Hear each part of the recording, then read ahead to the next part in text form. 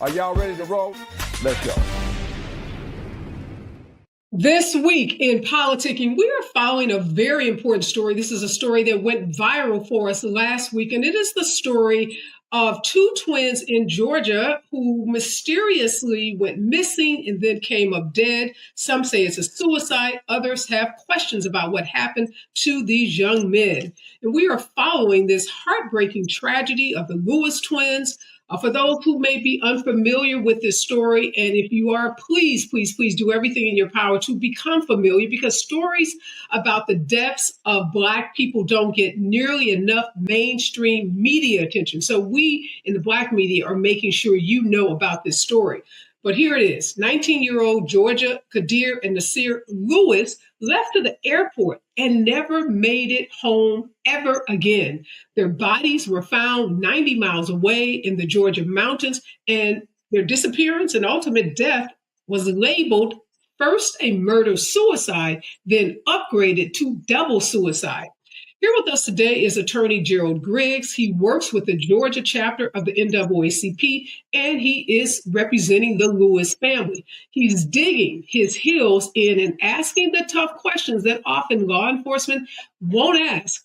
And he's forcing the Georgia Bureau of Investigation to be transparent in their investigation.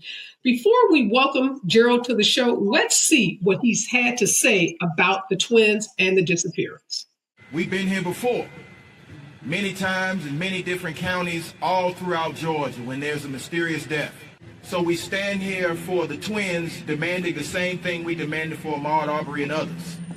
A thorough, complete, and full independent investigation. Because we find it very hard to believe that individuals that resided in Gwinnett County would somehow end up in Towns County on a mountain they knew nothing about and commit suicide. We've been here way too many times. So in the 116 years that the NAACP has responded to lynchings, we know what a lynching looks like, we know what it smells like, we know what a cover-up starts out like. If it truly was a suicide, be transparent. Release all the information. Let independent investigators determine what happened. But if it's a cover-up, keep covering up, because the eyes of the world are on this case. We are so honored today to welcome famed civil rights attorney and president of the Georgia NAACP, Gerald Griggs, to the show. Just want to, first of all, as a fellow civil rights attorney, say to you, thank you, Gerald, for taking this case on, for shining a light on it, and making stories like this, stories involving Black people, making this story so prominent. Let me ask you, we have all express so much empathy and sympathy for this family. How is the family doing right now?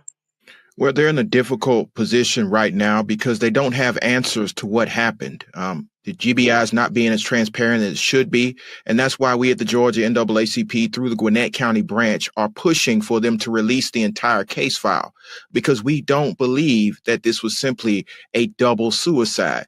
These two young men were born and raised in Gwinnett County and Lawrenceville and found themselves up in Towns County on a mountain that is locked, dead from apparent gunshot wounds. And we find it very difficult to believe that these 19-year-olds, one of which who had a flight booked to go to Boston, would simply just leave that flight and go directly up to the mountains to shoot himself.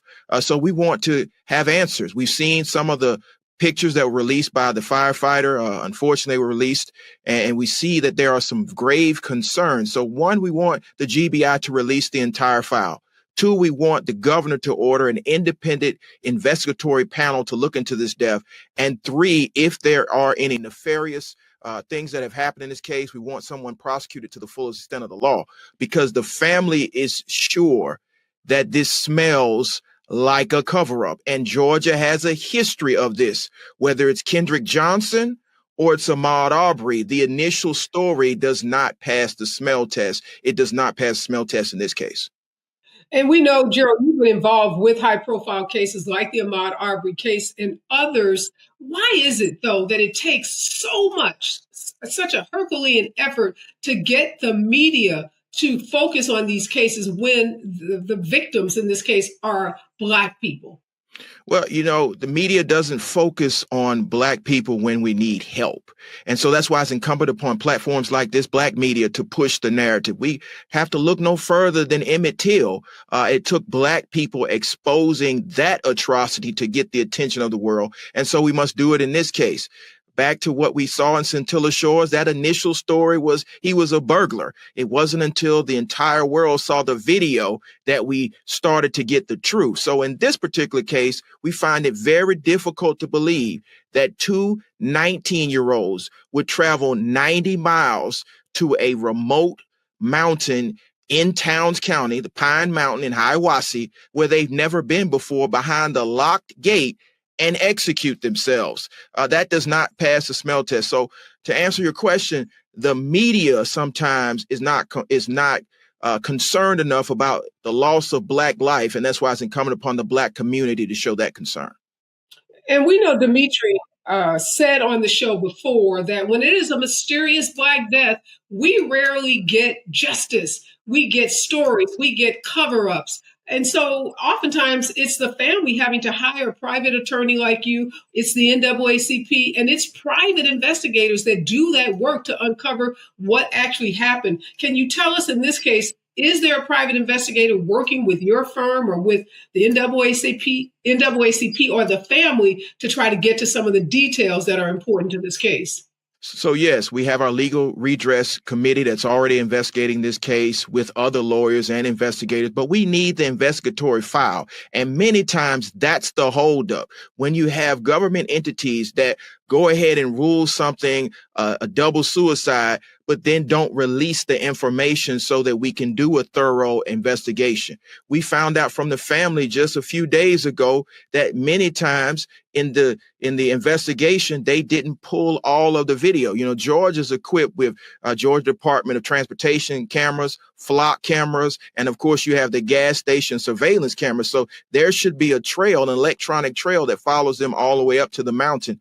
We need to all that to be released so we can do a thorough independent investigation. But yes, we have investigators and attorneys on standby. And we must remember that in all of these cases, this is the purpose of the NAACP. One, Ida B. Wells was a prolific journalist of lynchings. And so we have to be the ones to investigate these mysterious deaths as we've done for 116 years. I'm curious, Gerald, what information, if any, has the GBI given to the family that substantiates in the first place that these were suicides? None. Absolutely none. And so that's the issue, the transparency, the accountability. If the GBI is truly an independent investigatory arm, let the family see all the evidence. Don't release statements to the press and then say, oh, by the way, the case is not closed, so we haven't turned anything over yet. And that's my issue with the GBI. I take that very seriously. If you're going to be an independent investigatory arm, you need to be transparent. So Dr. B is not only the president of the NAACP in Los Angeles, she's also a psychologist. So Dr. B, weigh in on this story, because if this is suicide, ultimately, if that's where the facts lead us, how difficult is this going to be for the family to accept that both their sons committed suicide? And then what should we as a community do to help this family? Yeah, Reva, I love that you mentioned suicide, because what stuck out to me that you said, Gerald, is for them to release information so that the independent investigators can take over and do a proper deep dive at investigating whether or not this is what it is. We know that law enforcement has been known for keeping information and prominent evidence from us, meaning the Black community, NAACP, so that we are unable to dive deeper into that. But to answer your question, Ariva, suicide is something that is again, it affects everyone, not just the folks who unfortunately take their life, but it affects the families long term. But then what we all tend to forget is that in addition to the families being affected, there is a community that look like us on here that do and are affected by every time somebody in our Black community commits suicide. We are all affected. It affects all of us as a community. It also puts all of us, I talk about secondary trauma all the time. It puts us in a place of having to experience and hear and see and be a part of secondary trauma. The third thing is called learned behavior. It teaches a really false narrative to our community, especially our Black boys. It teaches them that when times get hard, that suicide is a proper and okay way out, when it's not. It also continues to push the narrative that asking for help is weak, and that there is no help, and that that folks are not going to show up for you and help you process through this weight that you are carrying. And so when we look at it from a collective perspective, all of us are affected. And land on this. Suicide used to be a white thing, and I am at no way condoning suicide, because mental health is a human right. It's not a race right, it's a human right. But the fact that it is at an all-time high within the Black male community is heartbreaking, it's disheartening, and we do have to do much more as a community by standing up, by asking questions, by checking in with our brothers. By the way, this month, June, is Men's Mental Health Month. Why are we not bringing more awareness to Men's Mental Health Month? Why are we not making sure we're checking in with folks, especially our Black men, and saying, bro, are you okay? Do you need anything? What resources do you need? And really quick, when someone says they're not okay, and we see the signs, when someone says they are okay, and we see the signs that they're not, it is our responsibility as parents, as loved ones, and as community leaders to take that extra step to say, you don't seem to be all right. So I want to make sure I personally do a wellness check. I make a phone call to do a wellness check, or I give you the proper, necessary resources to make sure that you really are okay. No, that's great advice. And thank you for reminding us that June is Male Mental Health Month. And we know in the Black community, it is taboo, too much negative stigma around talking about mental health issues. I do want to go back, though, Gerald, to the investigation, because there is some public information out there floating around on the internet that the twins Googled suicide and had bullets sent to their home. Have you been able to verify that? Is that just disinformation on the internet, or are you familiar with that? Help us understand what's going on with that information. And so that's what I mean by the GBI not being transparent.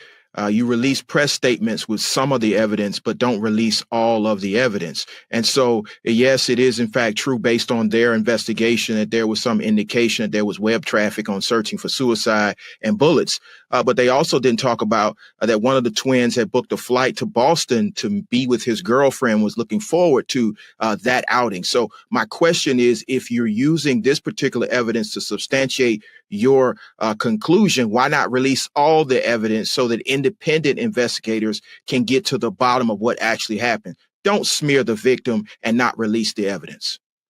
And Dimitri, I want to ask you, you're not 19, but you're closer to that age than the rest of us. How does this hit for you when you hear a story like this? Two 19-year-old Black young men, and now this whole mystery around suicide versus murder-suicide versus potentially even murder. How is that hitting in the Gen Z community? Man, it's not just only hitting in the Gen Z community. I think it hits home because I've admitted to mental health issues myself, attempted suicide here on Truth Talks. So it's a very sensitive subject for me. And I think the thing about it is, it's an honor to be speaking to you guys. Just at that, I just want to say the level of intelligence and what you guys do know. But I think for me, I know a lot of times we only speak from what we know, and I know we're trying to fight to get evidence out there. But to me, the silence around Black death, whether it is a suicide or it is not a suicide, seems more like a confession to me. It seems more like you guys know, and I'm solely speaking for my generation when we looking at it. It's not only that it feels like they're telling us it is a suicide. It feels like that's all we giving you, get over it. It feels like that's what they're telling us.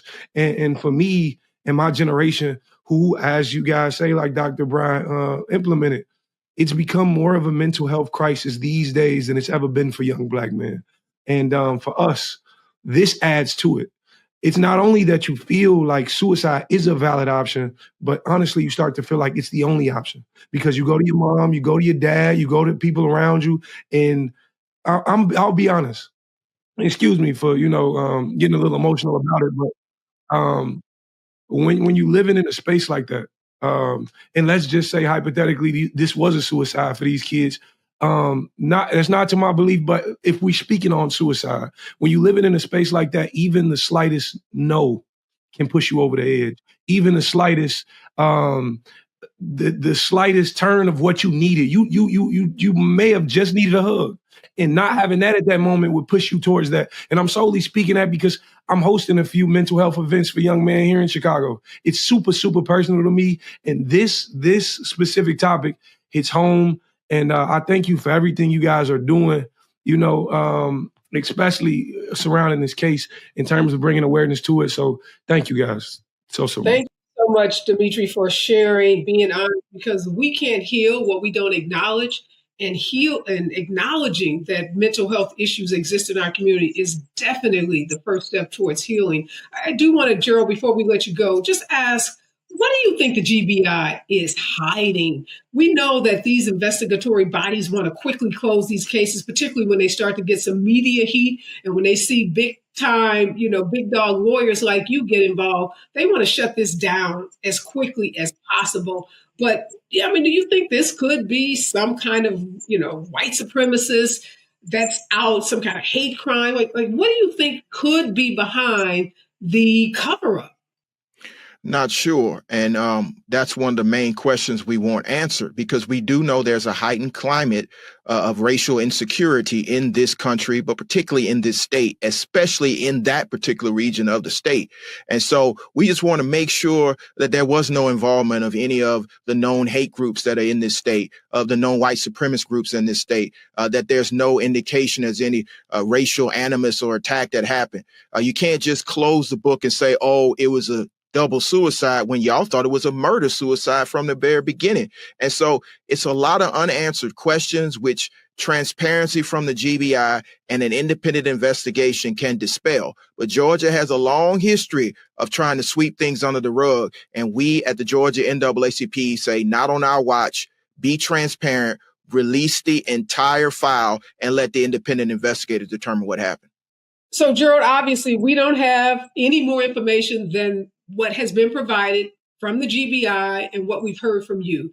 But if this is a murder, walk us through what happens next. What happens next is it should go to the district attorney's office up there in Towns County in the judicial circuit there. And there should be another thorough investigation and a presentment to the grand jury, an indictment and a trial. But our hope right now is that we don't have to escalate this any further, because Georgia does have a mechanism where private citizens can bring forth a judicial investigation through a warrant application hearing. That's why we need the evidence, because, again, we only trust law enforcement as far as we can verify.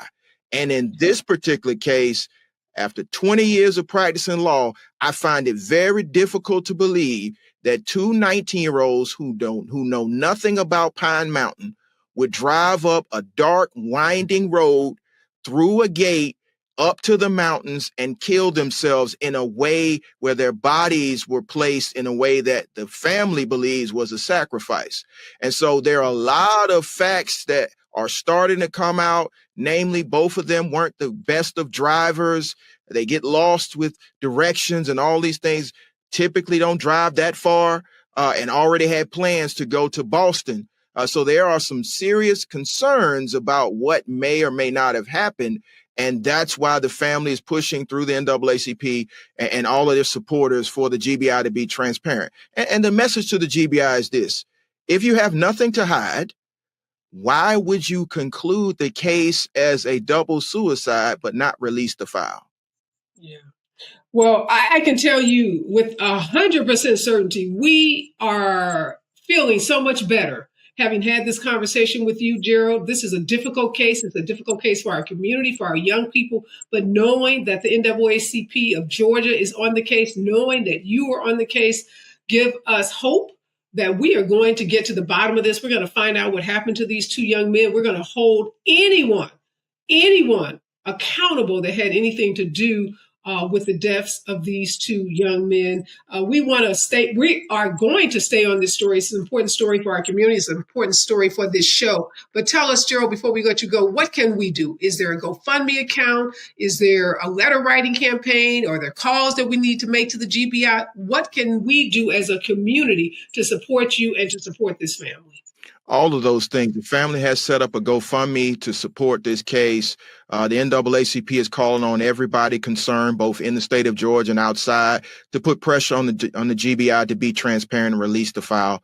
So you can call the GBI. There will be a change.org petition that will be going up very shortly. Just Google the names of Nasir and Qaazir Lewis and support the family. But most importantly, share this story. We are in a viral internet digital age. Share the story so we can bring awareness. That's exactly how we started to push to get justice for Ahmaud Arbery, is because of your viewers and others that stood on business and made sure that everyone knows that Black lives do matter and that we will hold accountable anybody who tries to neglect or take a Black life. Gerald, before we let you go, I want to ask you what is going on with this family. We know that these cases can have a devastating impact on their mental health, on their physical health. So talk to us about what's going on with the family. It's definitely a very trying time for the family. The father has had 5 strokes. And because of this particular case and the concern and the pain and the hurt, I think a lot of people miss the impact of what something like this does to a family, especially a close-knit family like the Lewis family. Other family members are dealing with other serious medical conditions. So we're hopeful that we can provide assistance to get them through this trying time and also take care of their health. But it's definitely a trying time for the family. Again, thank you so much, Gerald. I can tell you our executive producer is on this story. She takes it very seriously. All of us, the hosts on this show, are with you. We share with you the commitment to find out what happened to these twins, and we will continue to watch this story very closely. We hope to have you back on a weekly basis to keep us updated. And again, to everyone watching this story, please share the story, go to the GoFundMe account, do what you can to help us get justice for the Lewis family.